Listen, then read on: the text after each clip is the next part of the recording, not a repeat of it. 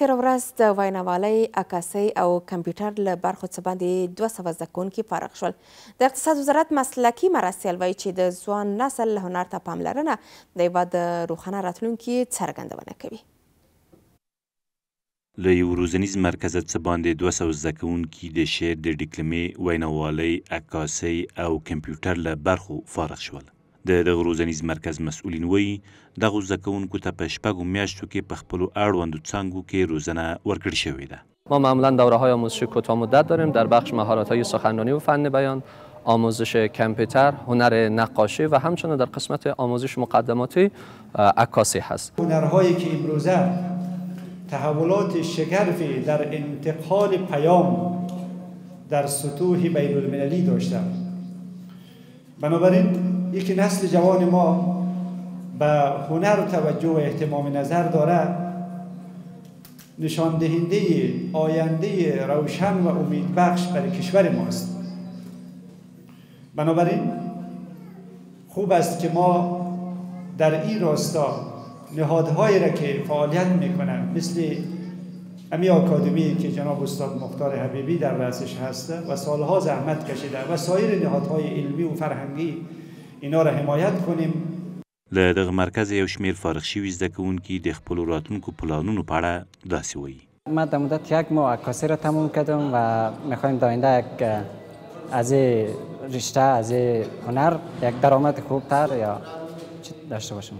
امروزه ما میفهمیم که یادگیری کامپیوتر و تکنولوژی در پیشرفت یک جامعه بسیار زیاد نقش داره. برنامه ما برای آینده این است که از طریق مهارت‌های کلامی بتونم که به اهدافم نزدیکتر شوم، چون اینجا آموزش دیدم. د ویلو د چې لا هم له شپږم ټولګي پورته د نجونو د ښوونځیو د تړل پاتې کېدو ستونزه پر خپل ځای ده.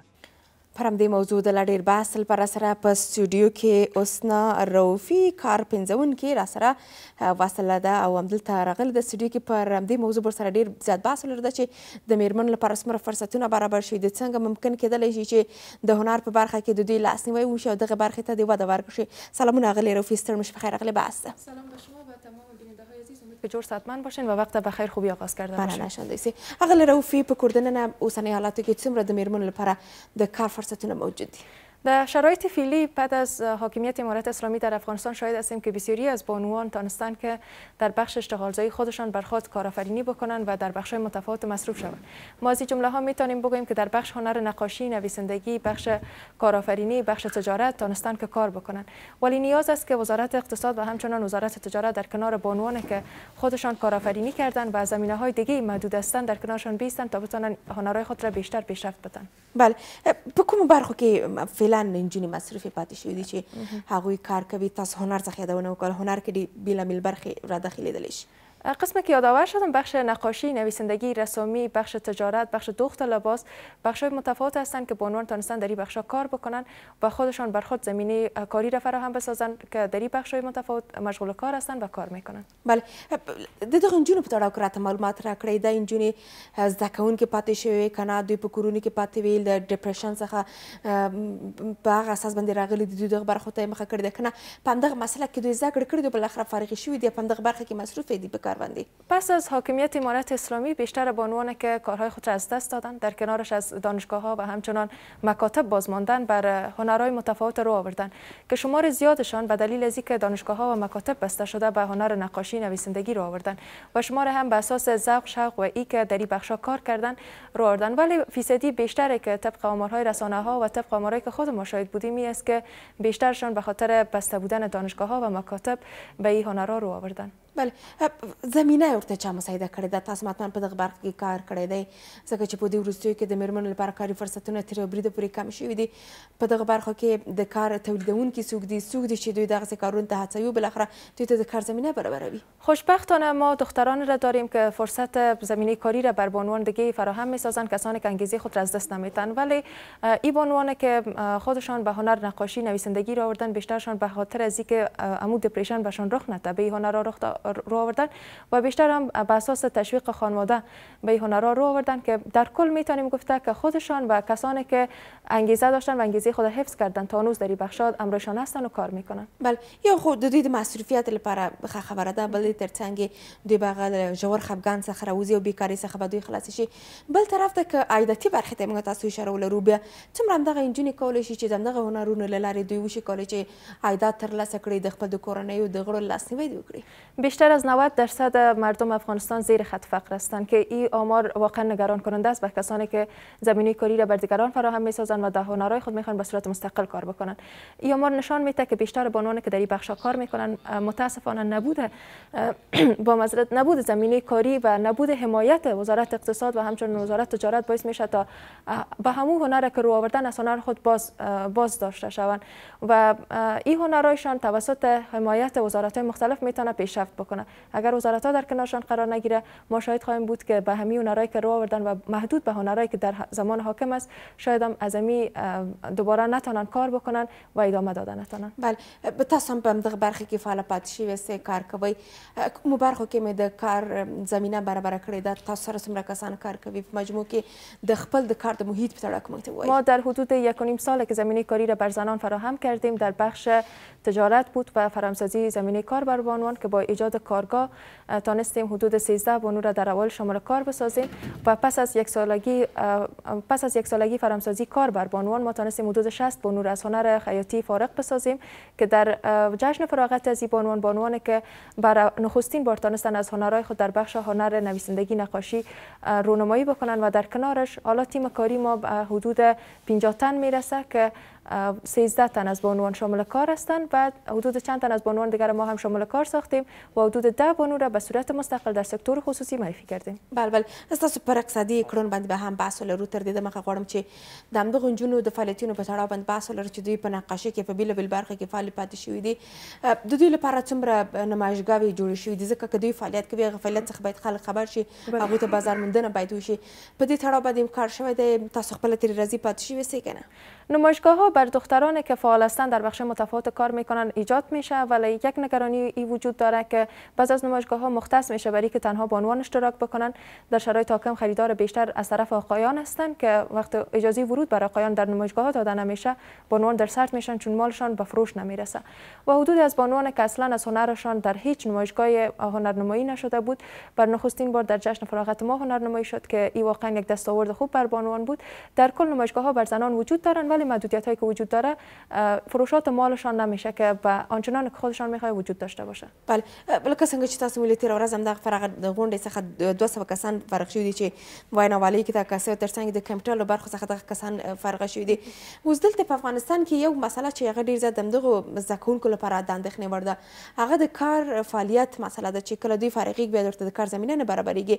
که کار زمینه برابره نه شي دغه کسان چې دغه مسلک زده کړی دی څومره دوی د هېرېدو لامل ګرځېدلی شي ځکه چې دوی به فعال باید په محیط کې پاتې شي. یکی از پیشنهادات ما به ارگان‌های که آقایان و یا بانوان در این بخش‌ها جایگزین میکنن و جذب میکنن این است که به حدود جذب بکنن که میتونن زمینه کار فراهم بسازن. شمار از آقایان یا شمار از کارآموزان که از بخش‌های متفاوت فارغ میشن و دوباره زمینه کار برشان فراهم نمیشه واقعا ناامید کننده است. اونا مجبور میشن برن یک مسلک دیگه را بخوانن و این که زمینه کار وجود نداره بیشترشان که فارغ میشه شاید از میان 200 تن حدود 5 تن یا 10 تن دوباره شامل کار شوند چون زمینه کاری وجود نداره و یک حقیقت است که ما از اون کار کردن نمیتونیم. این باعث از این میشه تا جوانان به انگیزه شوند و دلسرد شوند از مسلک که خواندن. بله دغه 200 کسان ترمنځ څومره نجونې پکې داخلي وې نجونې فارغ شوي دي؟ آمار در دست ندارم ولی فکر میکنم عموما آقایان فارغ شده و بهتر است که زمینه کاری برشان فراهم شود. حالا این مهم نیست که چقدر آقایان بوده و دختران، مهمی است که چقدر زمینه کاری برشان فراهم شود. بله اما د نجونو په برخه کې د کار او فرصت برابرول یو لا مهمه موارد کېدلی شي چې په اوسنی وخت کې ټولنه او خپل د همدغو نجونو کورنۍ خپل دغه نجونې تقاضا لري. این یک حقیقت است که باید به عنوان شامل کار شوند و امور رقمی که فامیلا سرشان زحمت میکشند باید دوباره زمینه کار برشان فراهم شود ولی جای تاسفی است که زمینه کاری فراهم نمیشه. ما در شرایط امروزی شاهد هستیم که بیشتر به عنوان خودشان اشتغال زایی بر خود میکنن. محدود هستیم بر طبابت، بر بخش خبرنگاری و بخش تجارت و بخش دیگه ما تمامش بسته است و کسانی که در بخش‌های متفاوت کار میکنن همین فراغتی که دیروز وجود داشت اگر به عنوان فارغ شده باشند امید داریم که بهشان زمینه کاری فراهم شود. بله بله. وړاندې تاسو وویل چې سوداګري کوي یا سوداګر هستئ. له کله چې اسلامي امارت حاکم شوی دی میرمنو ډېر شمېر دوی سوداګرۍ ته مخه کړې ده. علت او عامل څه کېدلی شي په دغه برخه کې چې میرمنې سوداګرۍ ته مخه کړې ده دې برخې ته ډېر زیات تمایلات ښکاره کوي؟ شماری از بانوان به اساس پشتوانی مالی قوی که داشتن تانستن به تجارت رو بیارن، ولی بیشترشان به اساس ازی که از پنتونا باز ماندن، از مکاتب باز ماندن. کسانی که از پنتون باز ماندن بیشترشان تانستن زمینه کاری را بر دیگران فراهم بسازن و کسانی که از مکتب باز ماندن در کنار از بانوان قرار گرفتن. ما علت بزرگش بسته بودن دانشگاه و مکاتب گفتم میتونیم که حقیقت است که به هیچ وجه انکار کردن نمیتونیم. و در کنارش کسانی که از مؤسسات امروز کار نمیکنن، مؤسسات برایشان بسته است و ما قسم بیشتر یادواشم بسی بخش ما محدود ماندیم. امو انگیزه بزرگشی است به اینکه خانه‌نشین نباشند و به اینکه انگیزه های خود را از دست ندن و حداقل در کنار پایه های اقتصادی در کنار خانوادهشان بیستن. یکی از عواملش همین است که به تجارت و به بخش مختلف رو این فکر کوي د دوی شتون د اقتصاد او د سوداګرۍ په برخه کې اغیزناک تمام شوی دی؟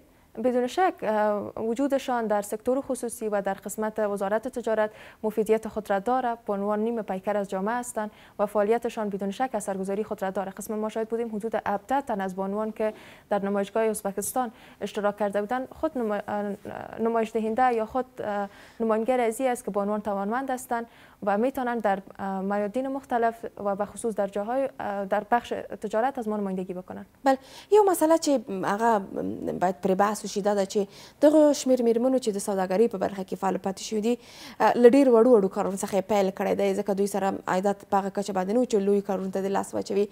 تر څنګ مالي تمویل کوونکي څومره په دغه برخه کې مهم دي چې دوی باید تمویلونکي ولري په دغه برخه کې دوی سره مرسته وکړي تر څو دغه کوم سوداګرۍ پیل چې دوی کړی دی دا د دې یو سطحې ته ورسیږي چې د نړۍ په کچه دوی د یو ښه سوداګره پاتې شي. یکی از نگرانی های بانوان تجارت پیشه نبود بازار کار است برشان و همچنانی که از سرمایه بسیار اندک آغاز کردن و نبود پشتوانی مالی. اگر پشتوانی مالی در کنار بانوان باشند میتونن زمینه کاری را بر بانوان بیشتر فراهم بسازن و در این قسمت باید وزارت تجارت بیشتر توجه بکنن. بیشتر بانوانی که ما امروزشان شناخت دارم و من حیث تاجر ما امروز دیگر نشست برخاست می داشته باشیم نگرانیشون این است که بازار کار ندارن و در کنارش که پشتوانی مالی به خاطر پیشرفت سرمایه‌شان نداره. بانوان خلاق زیاد ما در کشور داریم که در بخش‌های متفاوت میتونن کار بکنن ولی متاسفانه نبوده پشتوانه‌های مالی نمیتونه که کارشان را توسعه بده.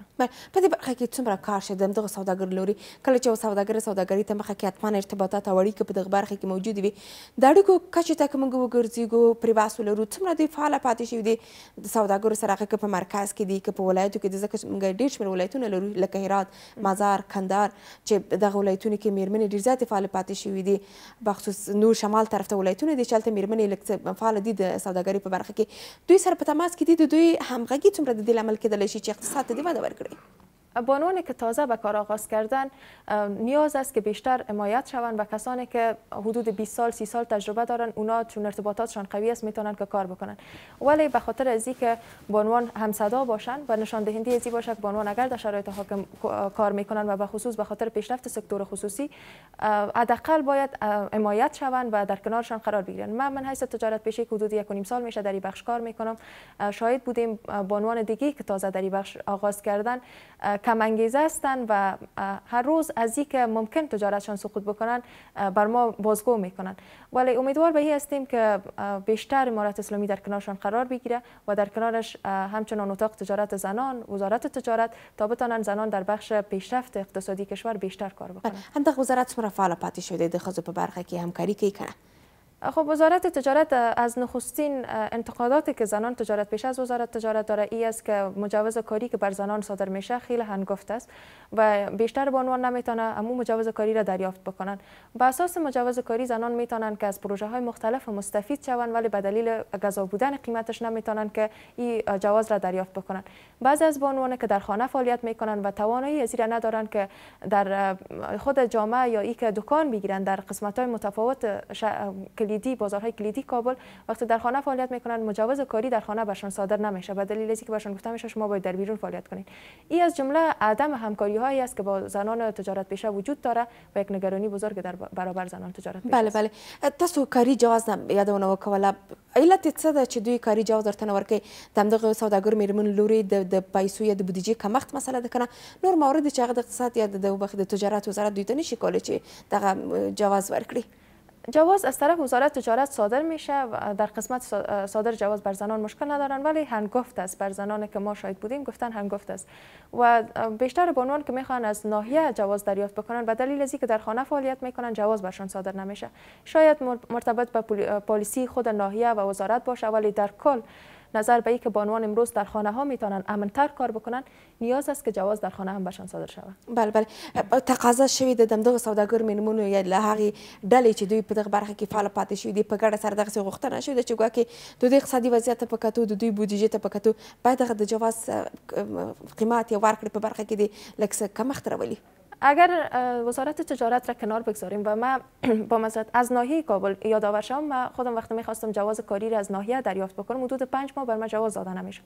به اینکه ما کارگاه را در یک جای ساخته بودیم که میخواستم بیشتر بانوان اونجا شامل کار باشن و در فضای امن‌تر. وقتی بانوان مادراشان می آمدن میگفتن که اینجا بر دختران ما مفید است و میتونه امن‌تر باشن، از اون قسمت ما میخواستیم جواز داشته باشیم. حدود 5 ماه به دلیل از اینکه که چرا کارگاه خیاطی در یک بلند منزل ساخته شده جواز کار داده نمیشد و سپس پس از تلاش بسیار وافر و پس از 5 ماه تلاش ما تونستیم جواز دریافت بکنیم. به همین شکل بانوان مختلف مشکلات متفاوت را پشت سر میگذارن تا یک جواز بسیار عادی از ناحیه دریافت کنند. بله په دغه برخه کې ښاروالۍ هم دخیله پاتې کېدلی شي ځکه ډیری اماکنونه ښاروالۍ هم راځي هغوی څخه مالیه اخلي.